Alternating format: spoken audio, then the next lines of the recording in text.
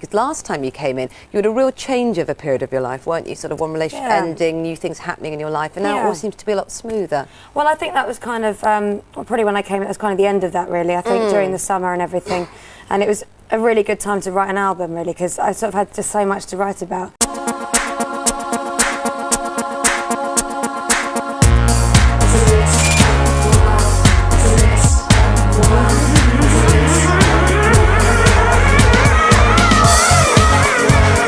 Following the success of Read My Lips, a now blonde Sophie Ellis-Bextor would return to the studio to start work on her sophomore effort. Enlisting many of the same collaborators from her debut, the results would pale in comparison, dividing critics and fans in the process. Often seen as an outlier within her discography, yet a fan favourite for some, this is Sophie Ellis-Bextor, Shoot from the Hip.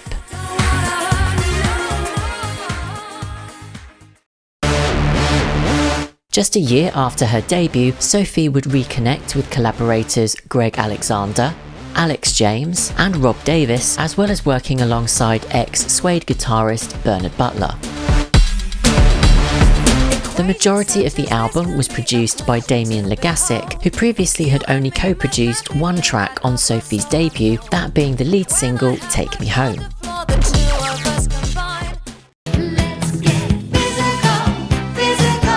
Two covers were recorded for the project, including the Olivia Newton-John 1981 classic, Physical, which would end up as a UK exclusive hidden track at the end of the album,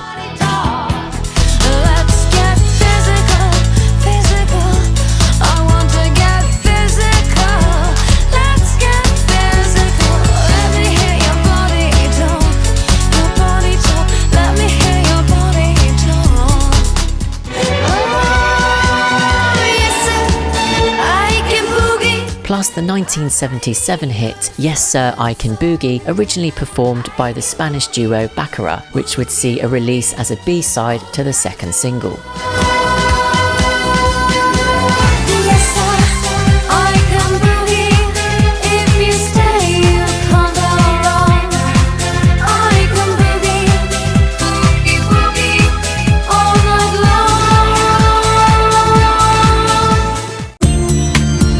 At the time, Sophie described the album as more emotionally direct and a little more left of centre at times than Read My Lips, stating it to have more of a live feel. During the recording of the album, Sophie was going through a breakup and confirmed that there were a few breakup songs included. She later stated in 2014 that she hadn't felt quite as funny and breezy as she was on the first album, which reflected in its overall sound. We've just been reading so much lately. I mean, we haven't been able to get away from the fact that you've split with Andy and you were with him for a long time, since you were only 17 or 18, so that's right. Quite a big deal. And you're trying to write this album whilst going through this. This is what it's been saying. Yeah, but I mean, people are always inspired by things that happen personally, and I think I'm lucky that I work in a profession where I can have the catharsis of music. I mean, that's what people like me thrive on, you know. So it's good to have an outlet. So use the energy and use it for your writing. Absolutely, yeah. But does the album reflect that? Is it downbeat compared to the dancey thing? Don't put it on if you want to stay upbeat. No, of course not. I mean, I write pop music, so it's about all aspects of being alive, just like the last one was.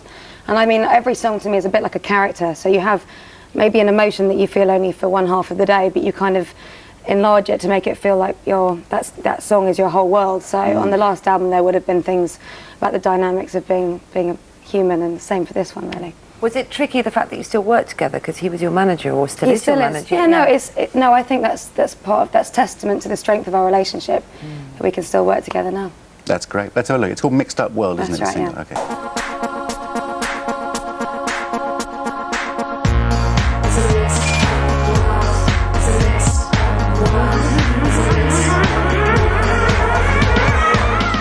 Well, I've been away, but I'm back. I'm still Sophie Ellis-Bextor, and I'm now on the set of the video for my first single of my second album, and the song's called Mixed Up World.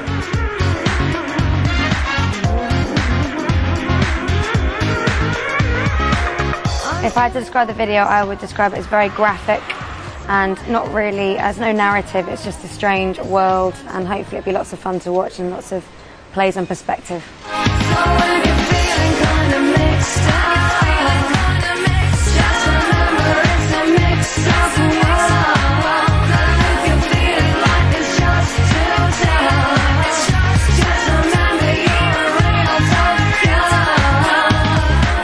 the dancers are like my companions in this strange world, and I like the fact that it's a bit jazzy and a bit odd. You don't really know what's happening or where I am. I suppose they're like Oompa Loompas, but hopefully quite a lot cooler and taller. They'll love that. The idea for this video came from the director, Rupert, and I was actually at a bit of a loss with this song because with all the previous videos I'd like to do narratives where there's a little storyline, and I'd always had loads of ideas for what that could be. But with this song it's all about feeling kind of quite confused and not really sure which way to go next. So I felt like it was more going to be an aesthetic thing rather than a little storyline. So that has to come from the director really, and they have to play to their strengths.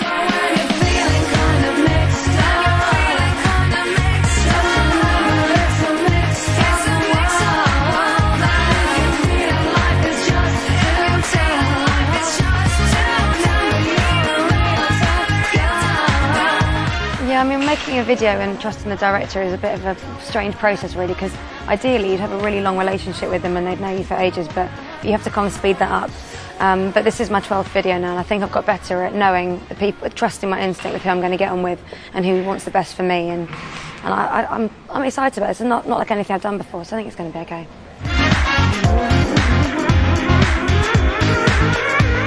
I actually really enjoy making videos, but I think that is quite unusual. But then I think I really feel like it's a joint effort, and I don't feel like, oh, I'm the most important person here, because I'm actually not. It's more important that, I don't know, the director feels really happy, and the main cameraman is really good at that, and the lighting people and all of that, because I need them to make me look good. So it's no good me sort of stamping my foot. But no, I enjoy it. It should be fun. It's like, for me, it's like the other half of the equation with the song itself, and it's vital that the video really suits the song and vice versa. So when you're feeling kind of mixed up, just remember it's a mixed up world. Mixed Up World would be released as the lead single from the upcoming album on the 13th of October 2003. Written by Sophie along with Matt Rowe and Greg Alexander, whom she'd worked with on Music Gets the Best of Me a year earlier, the song would peak at number 7 on the UK singles chart and fare even better in Denmark, where it peaked at number 3. The song would also chart inside the top 10 in Belgium. I'm feeling all messed up. I have a voice inside my head. It says turn to the left, then it says turn to the right. Don't wanna bring you down, but I am really needing guidance now. What would you do within my shoes? Sophie later confirmed Mixed Up World was written when the Iraq War started, and how she felt powerless, heavy and cynical, and wanting to find the joy.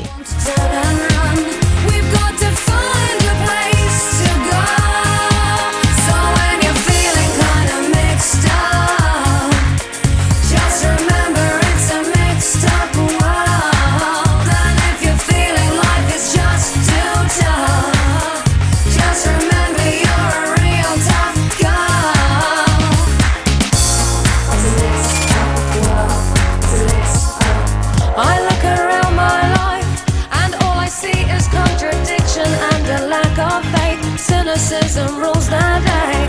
I know it has its place, but I am really needing guidance now, reminding me I'm strong inside.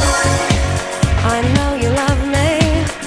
Stay high. I will make it through this time.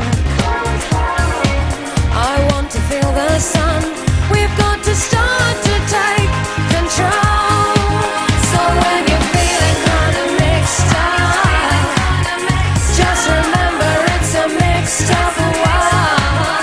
And if you're feeling like it's just too tough, just remember you're a real tough girl.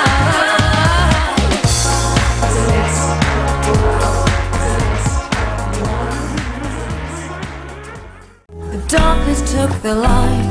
The Earth Shook the Devil's Hand featured as the B-side to the single. The track was written by Sophie, Andy Boyd and Ross Newell. He threw my body down.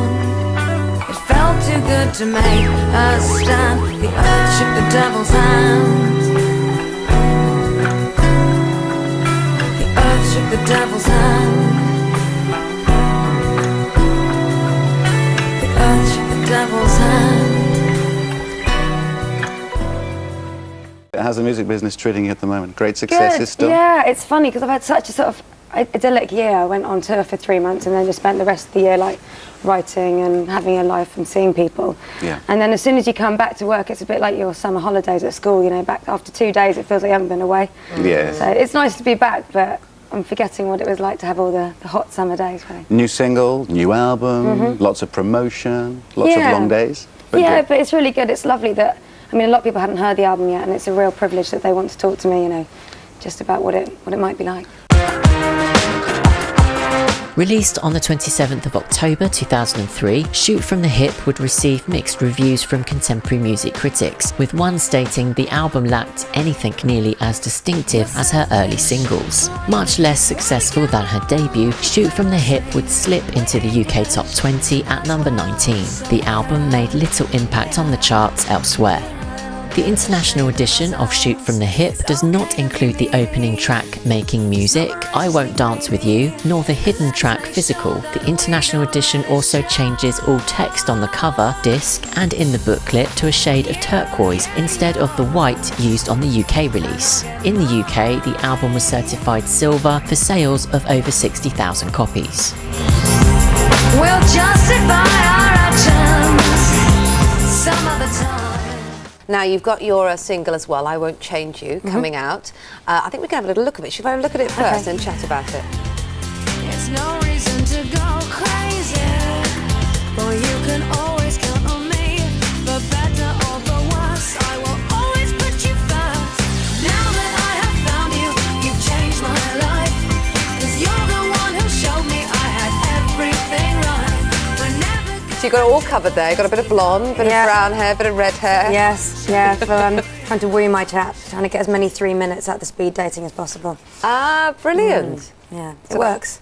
Does it? In the video, yes. Yeah. Do get him. Okay, all right. Now, it's being released on December the 29th, isn't it? Up against Victoria Beckham's single, which is just going to get everybody going again like it did 2 years ago, isn't it, about the when competition? I found out, I was a bit like, oh, great. Not because I've got anything bad to say about her, but rather more because of that fact, really. It's kind of like, I feel like a huge disappointment because I get asked about it, and I don't know, I mean, I haven't... Do you have any choice over when things are released, or is that all the record company? Not hugely, actually. I mean, a lot of it's to do with what's happening with your own stuff. I mean, if you've had a single out, you have to wait till the radio stations are ready to start playing the new one, not the old one, and all that kind of thing. So this was just the week that suited it. And to be honest, when I first heard rumours that she was releasing a song, I thought it probably wouldn't happen because things move around all the time. But, you know, it's got to come out the same day as someone, and I just hope that she's not getting too sick of it as well, because it is, you know, there's not very much we can say on the subject. I don't think we've got anything bad to say. And also, you won last time because you picked her to the post, didn't you? So you could be magnanimous in victory. Well, you know what? I'm really I'm either very competitive, not competitive. I'm not sure, because I don't like people feeling sorry for me if I don't do well. So with the last time, I always didn't want to think of it like beating her to number one. I just wanted to think it was my first number one, and that was a huge thing.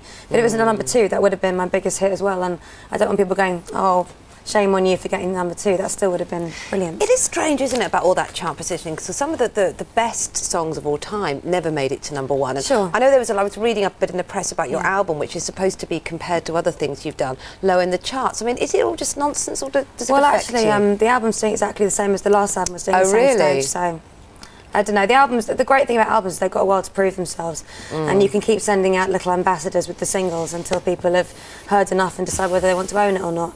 And I don't know what you're like with albums, but I don't buy things after one song either. I like to know what I'm getting for my money. And then you get a bit of interest as gets surrounds it. You think, oh, I will get that. Yeah, now and if you've heard a couple of songs and you like both, and then you're like, okay, I'll go for it. Yeah, it's quite, you know, they're not cheap. It builds up gradually. Yeah.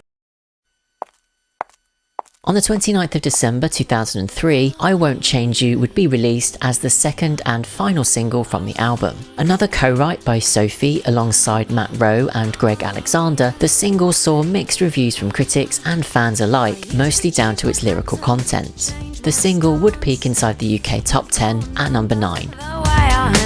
Some people change lovers like they change their sheets, but I won't change you, honey, you're for keeps. I used to think I had to change the way I am to feel better, to get a man.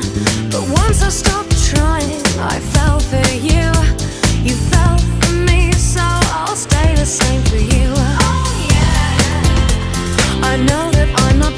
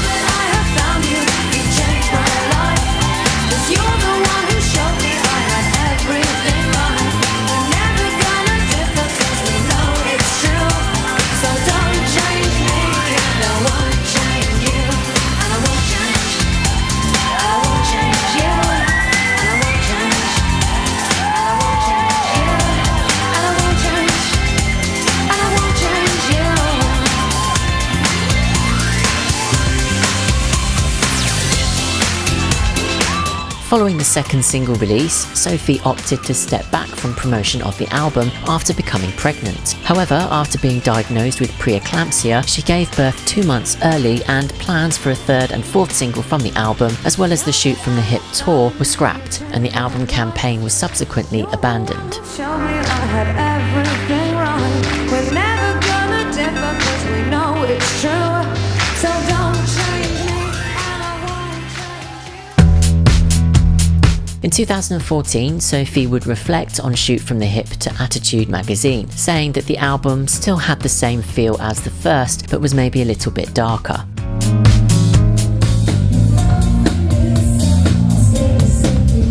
These days, Sophie rarely performs material from the album on live tours, and it would appear to be an album she likes the least within her overall discography. However, fans would be treated to a live version of I Won't Change You during Sophie's infamous kitchen discos, albeit through gritted teeth, and seems to be more at peace with the track, performing it in some of her more recent live shows. Following the disappointment of the era, plus Sophie giving birth and taking time out to enjoy being a new mum, she would start work on a new album which would look to recapture more of the fun and carefree disposition of her debut. I'm gonna find you. There ain't no distance far enough. My love's gonna find you. Thanks for watching.